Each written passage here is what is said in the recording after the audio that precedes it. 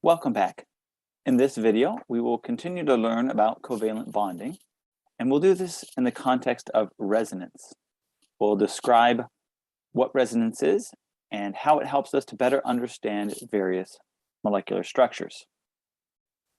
So in the previous video, we looked at these two Lewis structures, and we described how the one on the left is better because it minimizes the formal charges of the different elements.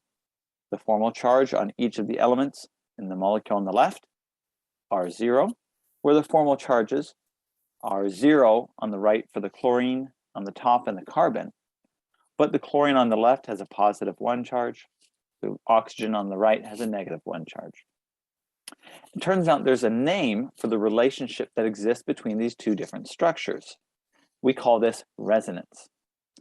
And we'll get into depth on this in just a moment, but let's practice determining the formal charges again in the context of the atom or of the nitrate polyatomic ion. And so I'd like for you to pause the video and try and determine this one on your own. Okay, so remember that when we're drawing Lewis structures, the very first thing to do is to count up the number of valence electrons. We have one nitrogen, which is in group 5A, so it has 5 valence electrons. And then there are 3 oxygens. They're from group 6A, so they have 6 valence electrons. Then we also have the additional electron from the negative charge on the ion. So we have a total of 24 valence electrons. Then we draw the elements, putting the least electronegative element in the center. That's nitrogen. And we draw single bonds between the nitrogen and the oxygens. We've used at this point 6 of our valence electrons, so we have 18 left. And so what you do is you start by distributing them to the exterior elements. We would give 6 to each oxygen in order to satisfy its octet. Now, we've used all 24 of our electrons, but when you evaluate here, you can see that while the oxygens are satisfied, each of them has 8 electrons, the nitrogen is not satisfied. And we don't have any more electrons to give it, so it's at this point that we make a double bond. So we take 2 of the electrons from one of the oxygens, and we donate them, share them with the nitrogen in the center. And so now all 4 elements are satisfied. But you might be wondering, which of those structures, or how did we know which nitrogen or which oxygen to give the electrons to, or give the electrons from? How did we know to use the one on the right? Could we have used the one on the top or the one on the left? We'll address that here in just a moment. Since we're calculating the formal charge, remember, formal charge is equal to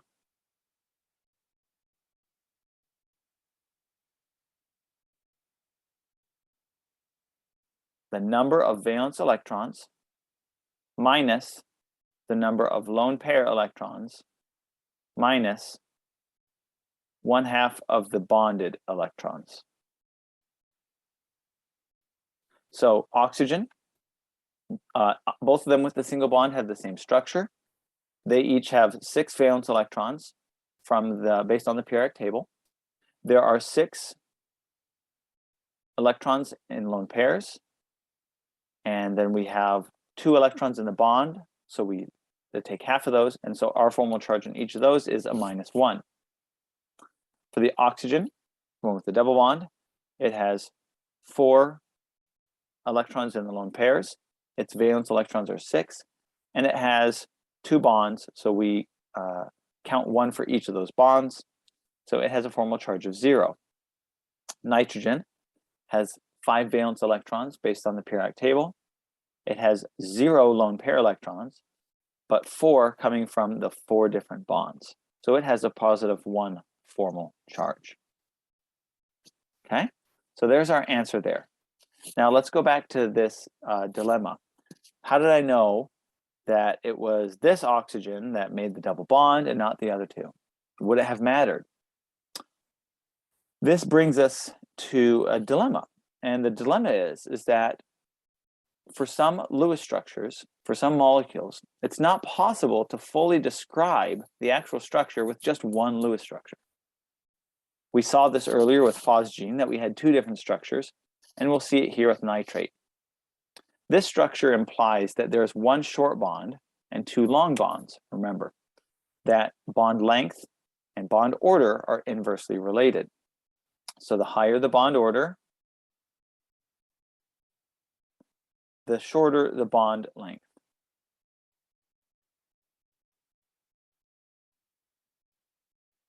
However, if you were to perform experiments, you would see that all three bonds between the nitrogen and the oxygen atoms, they're all the same length. So reality does not support this Lewis structure. So a molecule will have resonance when there is more than one Lewis structure that can be drawn for a fixed nuclear arrangement. In other words, as long as we're not moving the atoms themselves, but are just moving the electrons between them, then we can draw different resonance structures. And for nitrate, here are the other two. You can see that I can draw the double bond between any one of the three oxygens and the nitrogen, and the structure is essentially unchanged. The only thing that appears to be changing is the location of the double bond and the location of the negative formal charges. Now, it turns out that while we could think about representing a Lewis structure by these three forms, and perhaps you might think that they are somehow morphing between them, in reality, the real structure is actually a blend of those resonance structures. And we can represent the real structure using regular single bonds, and then also dotted lines that represent the electrons that are moving between the elements. We call these delocalized electrons. Now, let's take a brief aside here and talk about what do we mean by localized or delocalized. So here's an example. From the Oxford Language Dictionary, it defines something localized as being something that is accumulating in or being restricted to a specific or limited area. So if you think of a house, it's localized. It's stuck in a physical location. However, something is delocalized when it's detached or removed from a particular place or location. So take a look at a motorhome. That is a delocalized living situation. So how does this apply to molecules and electrons? Again, what we're looking at here, for every bond that's a single bond, those are shared electrons, and they're stuck, if you will, in between the two nuclei. However, if we have resonance structures which demonstrate a double bond, and it looks like looks like the double bond is moving around, then really what's happening is that the electrons of that double bond are being spread throughout the entire molecule. They are not stuck between any two atoms, but they are delocalized. And this changes the properties of the molecule. So if we look at a nitrogen-oxygen single bond, it has a bond order of 1, whereas a nitrogen-oxygen double bond has a bond order of 2. Now, when we look at the actual structure of nitrate, what we see is that its actual bond order is 1 1/3. And the way that you could get this is by averaging. If we were to look at the bond order between the top oxygen and the nitrogen, and we compare the bond order between the three different structures, we can see that the bond order in this case is 2, 1, and 1. So what's the average? The average is the sum of all three of those structures over the number of structures, which is 4/3, or 1.33. And so what this means is that these bonds, they're somewhere in between a single bond and a double bond. So when we look at the bond strength, we see that the single bond is weaker than the actual structure, which is weaker than a double bond. And bond length goes the opposite trend. So a single bond is weaker than a bond with a bond order of 1 1/3, which is longer than a double bond. And so the properties of the bonds that are involved in resonance typically lie in between the two extremes. And so resonance is important to understand because it ends up affecting how molecules behave. When we look at acids and bases, when we look at proteins and sugars and RNA and DNA, we will see that when a molecule has resonance, it changes the way in which it reacts with other molecules around it. And so that's why it's important to understand when a molecule does have resonance. So let's talk about how do you identify whether or not there are resonance structures. As we saw before, it essentially came down to recognizing that we could have drawn the same structure in a different way. And so we can have resonance structures when you can represent multiple correct Lewis structures, where the only difference is in the position of the electrons. Keep in mind that the number of atoms, the type of atoms, and the arrangement of the atoms themselves must be the same. Not all resonance structures are created equal. They're not all as good. As we saw before, when we looked at the phosgene, we had one structure that was better than the other. And so here's another example of a case of resonance. You can see that there's a structure on the left and a structure on the right. Essentially, what has happened is we've taken these two electrons and they move here, and this double bond moves there. And so we've got electrons that are free to move around. And when you evaluate the formal charges of the different elements, we can see that on the molecule on the right, the representation on the right, it has formal charges. And the better structures are the ones with formal charges of 0, or as close to 0 as possible. So that's why the molecule on the left tends to be a more accurate representation. Now, there are some patterns that you can look for when trying to identify whether or not a molecule has resonance. What you want to look for is having a lone pair that is adjacent to a double bond or a triple bond. And we'll see another pattern of resonance a little bit later in the semester. What this would look like is having a molecule with an element that has at least one set of lone pair electrons. It's attached to another element via a single bond, and then you have a double bond or a triple bond.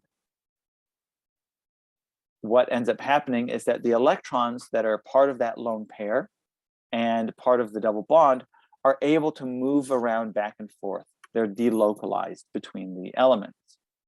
And so we could have drawn the structure in this way. All of the elements are still satisfied with their octet. However, because of the different arrangement of the electrons, they have different formal charges. So here's an example of a real molecule with that property. Here we have oxygen with 3 sets of lone pair electrons. So if you were to calculate its formal charge, it has a formal charge of -1. Then we have adjacent to that a carbon with a double bond to another carbon. We can draw a different resonance form of this structure, and it would look like this.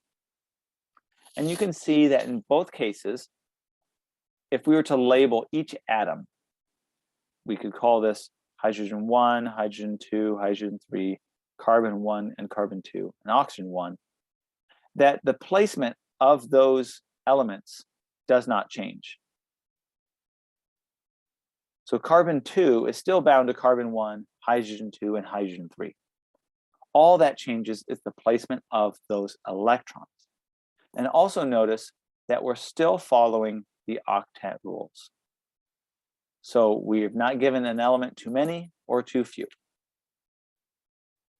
All right, so here is a problem for you to practice. I'd like for you to pause the video and see for these 4 molecules, which sets of them would be pairs of resonance structures.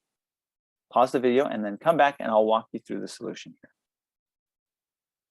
Welcome back. So we want to know if they're resonance structures. Resonance structures are characterized by molecules that are the same Lewis structure with the exception of the electrons having been moved around. We must keep the same number of each element and the total number of electrons. We also must not violate the octet rule when drawing these Lewis structures. So again, to summarize, the locations of the electrons do change. However, the locations of the atoms do not, and the number of atoms and electrons do not change. And then finally, we need to make sure that we are following the octet rule as well. So let's evaluate for these different cases. In molecule number 2, we see here that this carbon has too many electrons. It has a total of 10 bonds, which would give it, or excuse me, it has 5 bonds, so it would have 10 valence electrons. So that cannot even exist. That molecule is definitely out. So we can eliminate choice A and any choices that give us, or excuse me, any choices that, yes, that give us answer choice A as a possibility. In molecule number 4, we can see that the number of atoms, or rather the arrangement of those atoms has changed. So in the other structures, 1 and 3, you can see that nitrogen has 2 bonds to hydrogen and a bond to carbon. Whereas in molecule number 4, one of those hydrogens has moved from the nitrogen over here to the carbon. So that cannot be a resonance structure. That means then that 1 and 3, if any, are resonance structures. Now let's take a closer look at this. How can we tell that molecules number 1 and 3 are resonance structures? Notice that if we were to label each of the atoms, that the labeling scheme applies to both molecules. Carbon 1 is bound to nitrogen, hydrogen 3, carbon 2 in both structures. And you could repeat that for all of the atoms involved.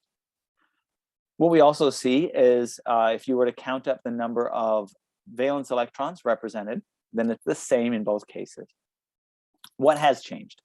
Well, essentially, it's as if the electrons here were to move and now form a double bond here, and those electrons were to move and jump up on that carbon as a lone pair. You can see that lone pair here and the double bond there. Now, in reality, we know that those electrons are just free to move around, and we're not flip-flopping between those two different forms, but rather it is an average of those two. It's somewhere in between them. So that's it for this video. Thanks very much for watching. Have a great day.